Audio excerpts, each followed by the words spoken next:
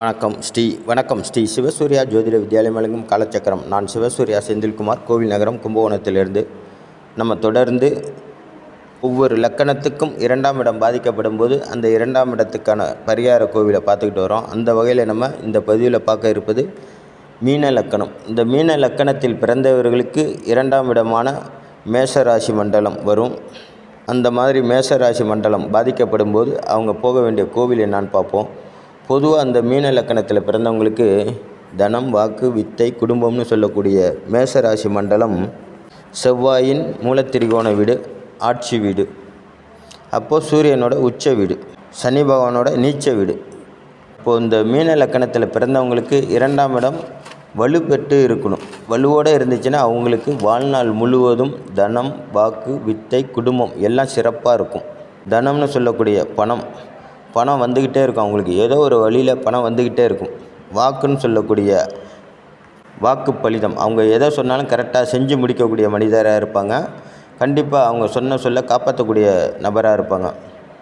வித்தை அப்படின்னா அவங்க கற்றுக்கிட்ட கல்வினால் நல்ல பலன் இருக்கும்.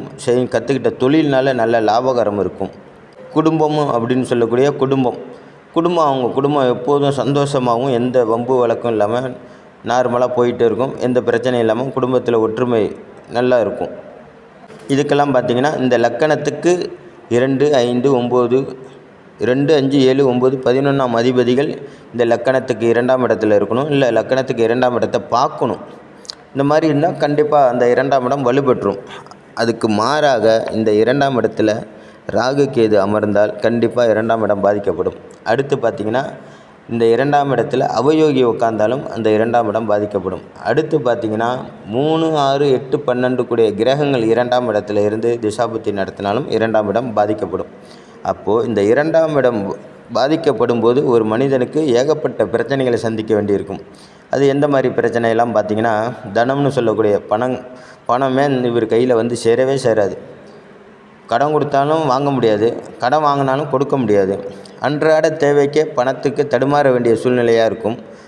உபரி வருமானம் அப்படிங்கிறதே இவர்கிட்ட இருக்காது. ஏதோ ஒரு வேலைக்கு போகிறாரா, சம்பளம் வருதா, சொற்ப சம்பளத்தில் அப்படியே காலத்தை ஓட்ட வேண்டியதான். நல்ல வருமானத்தை இவரால் பார்க்கவும் முடியாது, உணரவும் முடியாது. பணத்தை எண்ணி பார்க்கவும் முடியாது.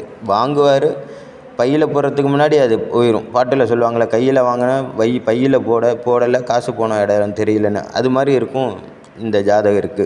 அதாவது மீன லக்கணத்தில் பிறந்தவர்களுக்கு 2ஆம் இடம் பாதிக்கப்படும் போது இவங்க வீட்டில் கண்டிப்பாக தனம், தானியம்னு சொல்லக்கூடிய வீட்டுக்கு உணவுக்கு தேவையான உணவு பதார்த்தங்களும் சரி, உணவு தயாரிக்கிறதுக்கான தானியமும் சரி இவங்களால் முழுமையாக வாங்கி கொடுக்க முடியாது வீட்டுக்கு.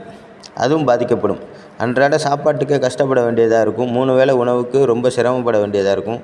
சாப்பிட்ற சாப்பாடு பறக்கையாக உடம்புல ஒட்டாத அளவுக்கும் இருக்கும். ஏன் இதெல்லாம் சொல்கிறேன்னா, 2ஆம் இடம் பாதிக்கப்பட்டிருக்கு அப்படின்னா நீங்கள் இதை பார்த்து புரிஞ்சிக்கலாம். 2ஆம் இடம் நமக்கு பாதிக்கப்பட்டிருக்கு, நம்ம இந்த கோயிலுக்கு போயிட்டு வரணும் அப்படின்றத தெரிஞ்சுக்கணும். அதனால சொல்கிறேன். அடுத்து பார்த்திங்கன்னா வித்தை, நீங்கள் கற்றுக்கிட்ட வித்தை, அதாவது தொழிலாகட்டும் இல்லை படிப்பாகட்டும், இதனால் உங்களுக்கு பிரயோஜனம் இல்லாமல் இருக்கும். நீங்கள் படித்த படிப்பு ஒன்றா இருக்கும், செய்கிற வேலை ஒன்றா இருக்கும். அந்த வேலையிலையும் சொற்ப வருமானம் இருக்கும். நீங்கள் வேலைக்கு போனீங்கன்னா வேலையில் நீங்கள் செய்கிற வேலைக்கும் கொடுக்குற சம்பளத்துக்கும் சம்பந்தமே இல்லாமல் இருக்கும். ரொம்ப குறைச்ச சம்பளத்துக்கு வேலைக்கு போகிறதா இருக்கும். இந்த மாதிரி பிரச்சனைகளாக நீங்கள் சந்திக்க வேண்டியதாக இருக்கும். கொடுத்த வாக்கை காப்பாற்ற முடியாமல் தலைகுனிவு ஏற்படும். சொல்லியிருப்பீங்க தர முடியாத ஒரு சூழ்நிலை ஏற்பட்டிருக்கும். அப்போ அவன் உங்களை கண்ணாபுனான்னு வையும்போது தலை குனிஞ்சு அதை ஏற்றுக்கக்கூடிய சூழ்நிலையாக இருக்கும்.